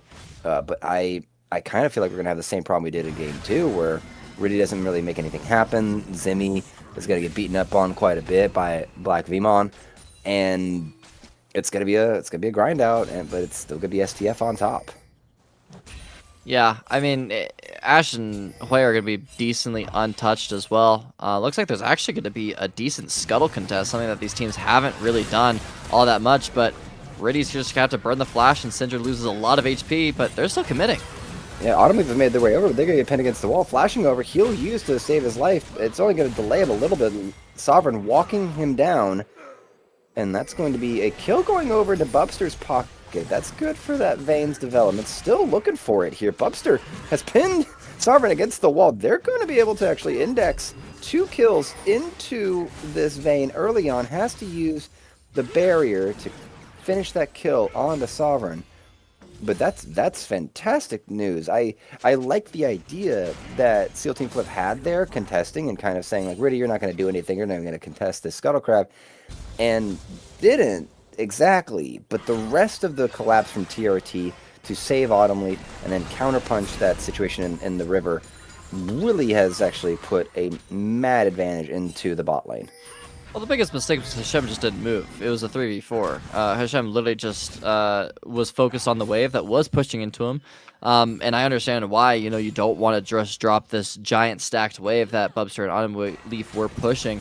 But I don't think he would have really lost all that much, especially when your team is fully committed, which is a mistake that we see from, both sides. They don't know when to commit and when they shouldn't. And speaking of commitment, it's a top side endgame on here. Mark Boots got brought really low here. The abuse from Shadoko really sending Mark Boots into a series of pain spread surrounding him. This is very, very much reminiscent of how the last game went. Different mid laner this time, but Mark Boots experiencing the same level of harassment, this time from Shadoko instead of Frosty. This mid lane's going to struggle. The pick is perfectly fine. The pick is very good to blow up either the Hui or the Ashe, and to really rebuff the advances from the Aatrox or the Garen. But Mark Boots, you gotta You gotta actually like walk the walk here if you want to get something done. A little bit of an engaged piece here. They're trying to ignore the Poppy, but asserting their dominance. The gold lead in hand and does not get the tip in. But I think Poppy is almost dead. Gets out with just the 1 health, and Hashem really delivering the pain backward. But this is a very big dynamic change here in the bot lane. This Vayne is pretty much online for an early game situation. Has the BF sword and has no problem walking forward and really destroying the situation. Oh man, Mark Boots almost gets the kill on the Shadowco. The Scatter of the Weak does not connect, and yep, Sovereign's there to collect the kill. To be fully honest of this whole sequence, Mark Boots, I'm not going to blame him ever. I know you were blaming him, but he's kind of getting screwed by his team. The crab contest is really what made him lose that lane early on. He got chunked by Aatrox and Hui while he was moving to recover the situation that Riddy was forcing that play to be in. He was kind of the biggest loser in that crab contest, and so then he gets chunked by Shadoko again afterwards, dropping him down to 0 HP. And he was trying to recover and then got forced to 1 HP, forced the flash out. And then as he tries to get a trade, immediately Sovereign is there as well. So you're seeing that the snowball effect. Yeah, Vayne got really accelerated, but Mark Boots is kind of the one that gets really screwed over from that crab contest. Oh, I appreciate the context. I missed the layering there. I've not really enjoyed watching Mark Boots just kind of get lasered down last match, and then this match just getting right out there on the edge, actually getting a 1-up there against their lane opponent. So, I don't know. Fingers crossed for a better match here in Game 3. Yeah, I mean, he's trying his best to be a good selfless laner and help his team out. I mean, the Victor Azir matchup, that's kind of just how the Azir matchup goes, but when he did have opportunities to fight, he did do a good job in the skirmishes, but when, you know, he has a Graves on his team that is going to demand move from his mid laner to contest these crabs and get the CS leads, he's going to have to answer the call and try to get a kill. But speaking of a kill... Ultimate used out, and the catch is going to be caught. Riddy with the... ultimate from downtown is going to secure the kill. So a little bit of proactivity. Sorry, what? I'd be so tilted if I'm Mark Boots. The ult actually executes there, but Reddy just steals the kill, bro. Like, yeah, that's a little tilting right there. We're gonna have a 1v1 here. Buffs are trying to get some space. This is an advantageous fight if they can actually stay together, but that's gonna kind of flop. TRT gonna have control of the wave. Buffs are gonna be able to push this one in. Vision control acquired. I don't know. That's just crashing the wave. I don't think they can really do anything other than get a dragon. I don't think they can really dive. Poppy actually does freeze the wave here, which allows them to. I mean, I don't actually think they should be freezing the wave there. I think they should just let it crash and take the wave because Ashe and Poppy are too low to contest. And now they just have to reset on the freeze. They are able to come back and not lose all that much, especially with the cannon minion. But that allows TRT to get a dragon. And Riddy is pretty accelerated, even though Aatrox does finish his third clear first. Has a sizable CS lead from that earlier top invade. And I think it's going to develop even more as he continues to work the map. Mark Boots showing well for himself there. Getting a full spell combo, dodging out some of these sway spells. Not getting grasped or anything. So a little bit a good first 10 minutes here for TRT. Got the kill lead. Gold lead is minimal, but the acceleration of this Vayne bodes well, and Mark Boots still holding themselves equal with Shadowco now. I don't know. It's good posturing. It's good body language on the riff, if I could say that. Yeah, it's looking pretty good for Vayne's world. I mean, Sion is able to contest the lane a little bit more on the top side, but again, Black Vemon is just going to get to a point where he kind of can just start to proxy. This is kind of the moment where he can. He's always going to have top push. He's going to be able to do whatever he wants as Garen. He could do a deep proxy and then roam mid and try and kill a flashless Syndra. He can invade Graves like he's doing right now and just always have perma vision of where Riddy is. Allows to get all 3 Void Grubs because eventually this Garen will be able to just push in the Sion, but Good Maybe a fancy kill? feat there by Mark, but it's gonna have to use the flash. The chains pulling him back in. Brought low. Oh. That ult's gonna be the unleashed power is gonna secure the kill, but it might have been a little bit too much. The kill? Can Hui get the auto attack? It's all he needs. Doesn't have the flash. It's just ticking over now. So Mark Boots really redeeming themselves here in the first 10 minutes of this match, actually. That's a fantastic punishment on Sovereign, who just didn't respect that Mark Boots was going to be able to sequence those spells and really put the hurt on him.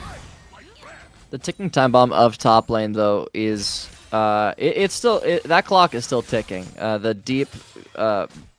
deep take of the wave in the proxy for Garen right now. I'm assuming he's going to achieve Stride Breaker on this next recall. He's slowly just going to keep chipping away at the top tower. Sion, I don't think there's ever a point where Sion can really fight Garen and win. I think he kind of just has to collect waves, and so we're going to see something similar to last game, where STF is just always going to have a Garen pushing and hitting a tower in the side lane, and there's no collection whatsoever. But a 3v3 bot side. There's a 3v3 bot side here. Yeah, Ado had gone for it. He's going to knock Graves all the way back. The Vayne's gone a little bit too far, but he's gone on the side of the Syndra, and that arrival secures the first kill. I think they're going to be able to get out of here. No one dies on the side of TRT. That is a surprisingly clean sequence. Sovereign still in hot pursuit, looking for more of a fight. But I'm not sure if you want to walk into this Graves. Hui throwing in some artillery. He's going to be able to at least apply some pressure. Ooh. Sovereign, oh, he does not know that there's extra damage being applied. Goes a little bit too far. The chains. Oh, auto camera, I need you to stick with me here. There are low health champions over here in the bot lane. Oh, and the Hui is full health. Poppy looking to try to set this one up here. Aatrox trying to heal off the ground. Mark Boots on the way. Mark Boots has arrived. Looking for the catch. He's going to be able to get the slow. Poppy is going to be able to get the proc 1-2, but the Graves still survives. Ultimate on the Vayne will shut down. Golden going over the Shadowco with that one. And that was dancing on the edge. The Garen has arrived. Oh, no. Shut down. Sovereign gets his revenge onto Mark Boots. And Garen didn't really do anything, I want to say, but definitely applied the intimidation there in the jungle to put Mark Boots into the waiting arms of Sovereign. Yeah, overall, a fascinating sequence between the two teams. It seemed like there was a little bit of a clutter calm from both of who was the next target. Shadoko going for these healthier targets when there were 3 1 HP targets that he could just QW. A lot of misspells from both sides that was unable to secure the kill. But overall, good acceleration of the map from STF. The flash from Vayne was really well played of Bubster, which does clue me into potentially this Vayne being able to carry a little bit harder than I thought. That's kind of the question mark. You know, I never know what to expect from leagues like this of, is the Vayne actually going to be able to move to the point where it's going to be playable, or is it just going to be completely shut down? But now that Hex Optics is unlocked for Ashe, he's going to be able to glide onto the Vayne a little bit easier. And again, Garen just keeps getting so much space and tempo top lane, and there's just not a breaking point that Sion can get to be able to match it. So my eyes are always on this Garen in the map. Can he always rotate? Can he match? How much gold is he getting for himself? Because so far, it's a pretty sizable lead for both him and Aatrox. Yeah, the better news for this, though, is that the Sion's wave clear between his Axe Smash and the W Bubble Pop is just going to be able to clear waves infinitely better than the Mundo was able to. So you can see that Sions actually moved themselves on the minimap up near the turret to catch the wave as early as possible. So not doing an equivalent proxy farm, but pretty much nullifying what Garen is doing. They're both going to be able to catch their full waves. Neither is really in danger because the junglers just aren't punishing these exceptional positions that they've put themselves in. So it's kind of a wash. This kind of means that Black Lemon is threatening Riddy's topside and kind of setting him up for a fight. We're about to have a fight here in the bottom jungle. The Condemn is going to push the Aatrox back. Ult is running through. The Braum's going to go down here, but now the Garen is teleported in. I'm sorry, Vayne, you're about to get smoked. Slash down. Sion arrives, but not in time to really save anything. Syndra is going to get this secure. Black Demon goes down, but Syndra has already used most of their spells. Flash, I believe, is up. That is a 3-for-1 exchange. So STF, oh, it's about to get worse. and Sovereign knocks down Mark Boots. The chains bringing him back in, and we're about to have another one flash in. Zimmer can't get the kill. Oh, but he will. Oh, I think it's some minion damage there, but took out the Ash. And we're still going. We're still fighting. 1, 2, 1, 2, 3, 4. I think it's over. I think it's over. Yeah, it seems to be over unless there's a greedy recall. But the thing is they're all fighting for Dragon. That's the whole reason that fight existed in the first place, and Dragon is still up. But because SDF continued to accelerate and try to go for more kills, they're actually going to end up losing the Dragon. But I honestly think it's a fair trade because they get a lot of damage and a lot of gold for Hui, especially for the Garen. And the Aatrox. Now 7 and 2. Hui gets the whole bot tower. And you also get a sneak peek of what these team fights are going to look like. Vayne just getting ran down in one shot by the Garen. There's just no counterplay. She died within the silence timer of Garen. It's going to get worse. I think Hashin's going to regret. One shot. That's a bad lane assignment right there. Yeah, or just, dodge the stun. It's just that simple, but I mean, Garrett is just being a menace. Aatrox one-shotting everyone, and Graves didn't really get to do anything. Neither did Vayne. It was up to Mark Boots, who was late.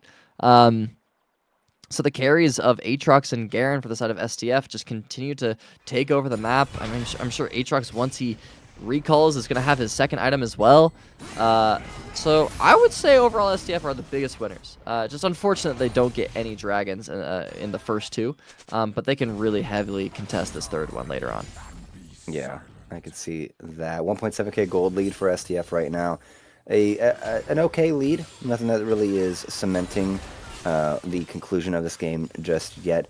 Mark Boots pocketing that Ash didn't really lead any objective gains. We actually saw the Herald got taken by Sovereign and co.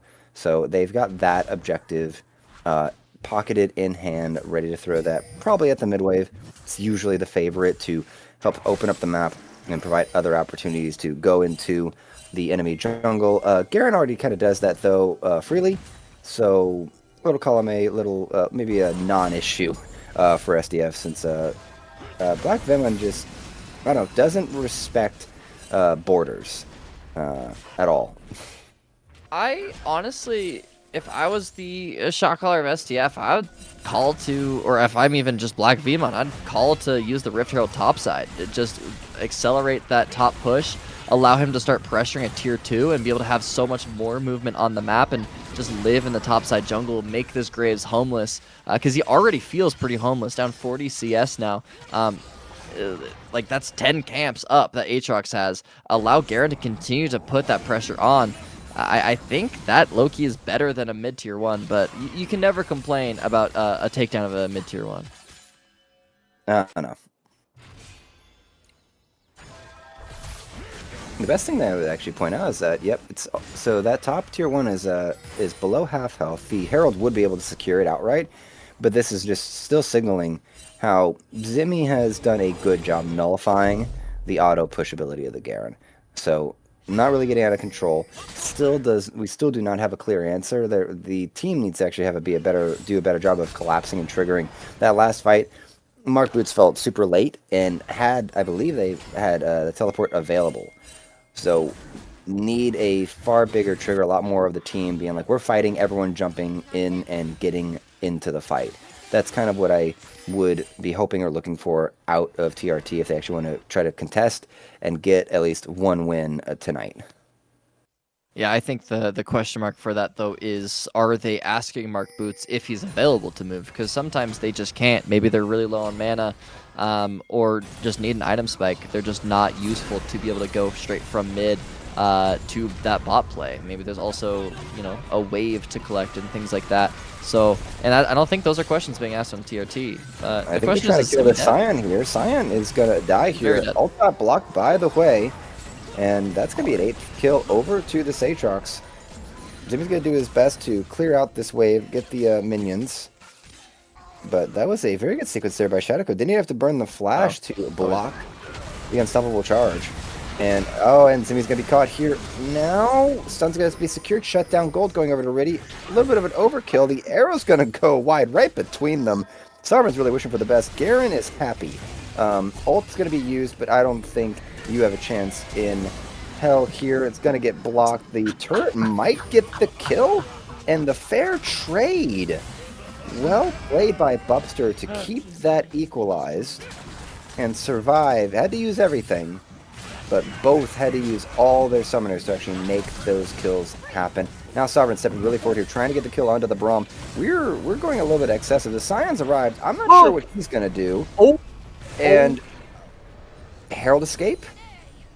I don't know if you're going to try to leave your Poppy out here all alone. So that okay. And Herald. I love Garen. That's why I was laughing so much. I love Garen, bro. He's just... It's the same thing as Malphite, where, like, these just older champions where they kind of just, like... They do one thing and they do it really well, and they look silly doing it. Like Garen getting the stun and just kind of standing still and autoing. Oh, he's just dead. Standing still and autoing, and then like not even using his E, and then he autoed a tower and still got the kill and almost survived. Like, it's awesome. And Braum's dead too. Yeah, why not? That's 2 quick kills. Kimdrake is up. Mark Boots is gonna have to flash the arrow. He still has his ult. There are options here, but there's no flash on either of these carries now. TRT, they need to surrender this Drake and walk away. Scion shielding top side, not going to allow any rotations for flanks. And the Garen is pushing mid. I don't know if TRT are really evaluating this here.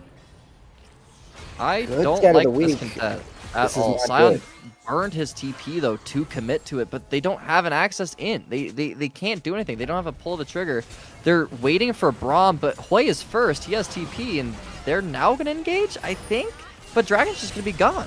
Yeah, Dragon's being taken down here. Poppy is super low, but I don't think it's going to matter. And I think TRT are finally getting the memo to just walk away, but it feels like 30 seconds too late. You don't have a way in. Your carries do not have flash to dodge away from any engage that would go onto them. Braum's out in the middle of nowhere, and now we're going to push through here. We're going to try to get some runs. Big stun, double knock up here from the Scion. We're moving forward here.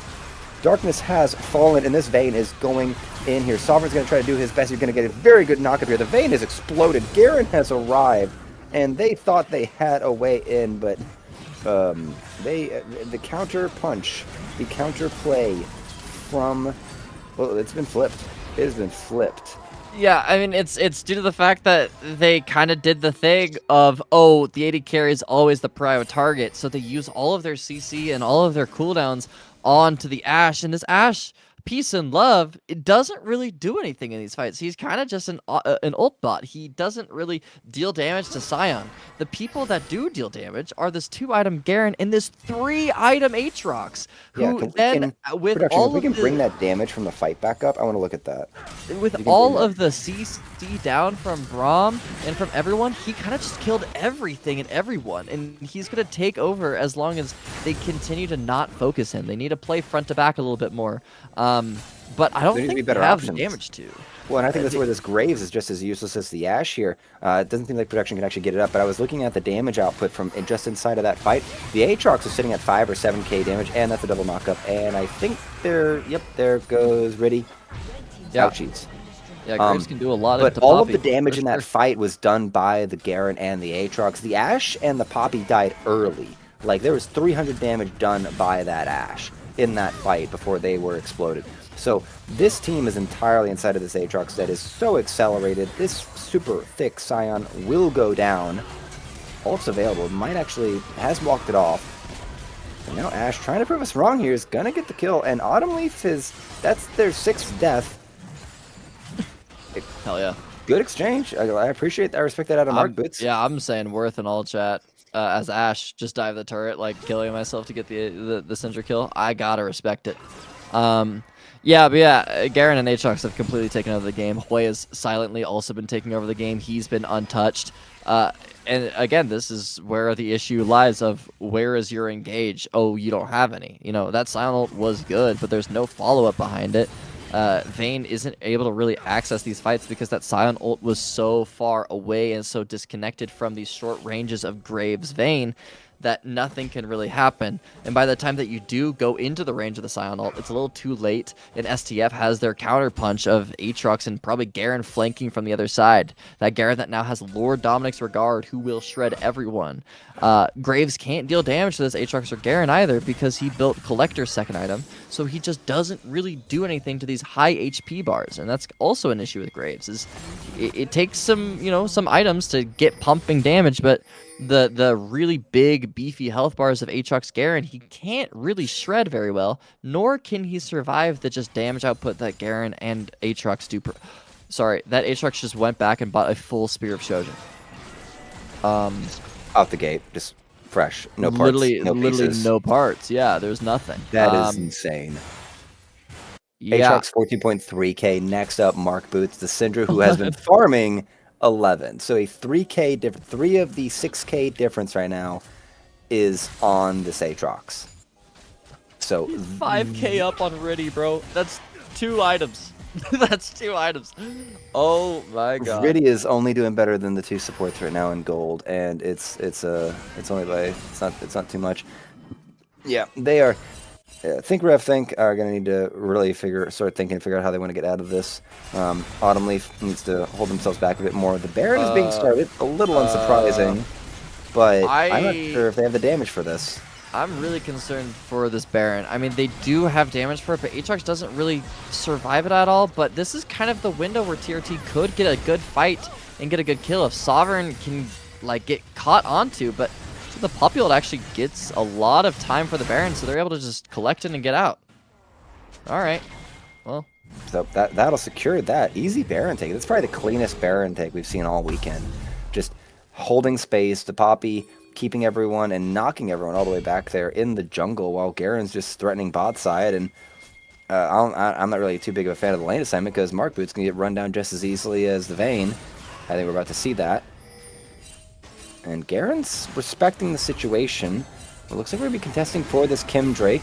And Garen, he's in, and the Graves is gone. I don't know if there's much else damage to be done here. The Vayne is caught in the middle of all this, and I'm sorry, it's all dead. They're all gone.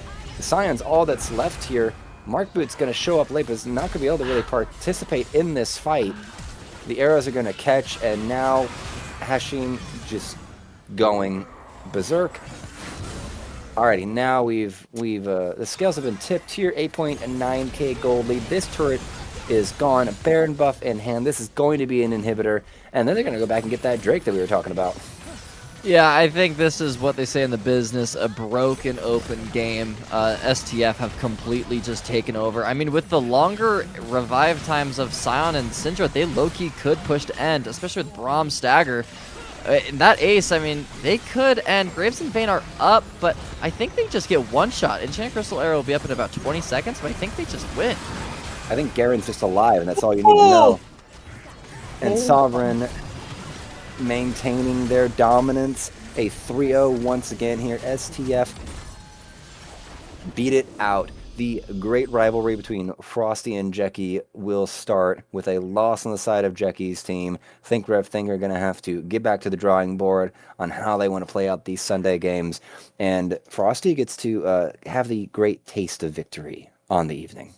Yeah, really crisp 3-0 from them. I mean, they just looked really clean as a team. It looked like they knew what they were doing. They were playing with the resources and information that they have as a team, which is something that I find lacking with a lot of these other teams, is just communication of, hey, I'm prepared to do that. Like asking the questions and getting a roll call of, are you available for this play? Are you not? The thing about being an IGL is you need to have a circulation of resources and information from everyone so that you can make a decision. I think those are the steps that Think Rev Think were skipping in this game, is they weren't really making sure that everyone was on board, and they weren't tracking TPs and who on the other team could be involved with this play. Seal Team Flip always seemed to have the upper hand. We're always taking the next step and the first step, and forcing Think Rev Think to only respond as well as just make mistakes and not be proactive.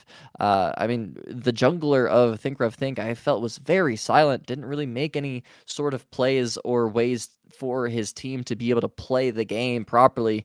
And 1270 damage per minute is bonkers. This Aatrox just completely took over the game and accelerated the game way more than the Vayne had options to when he had the lead as well. Yeah.